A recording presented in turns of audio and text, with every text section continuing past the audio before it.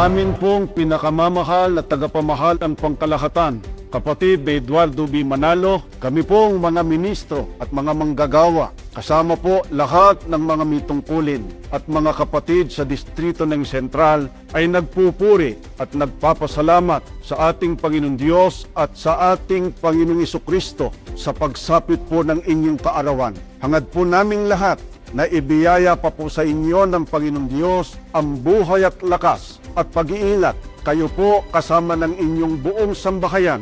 Kalaki po rito ang aming pangangako na anuman ang mangyari, kaisa po ninyo kami sa paglilingkod sa Panginoong Diyos at sa ating Panginoong Jesucristo upang tamuhin ang pangakong kaligtasan.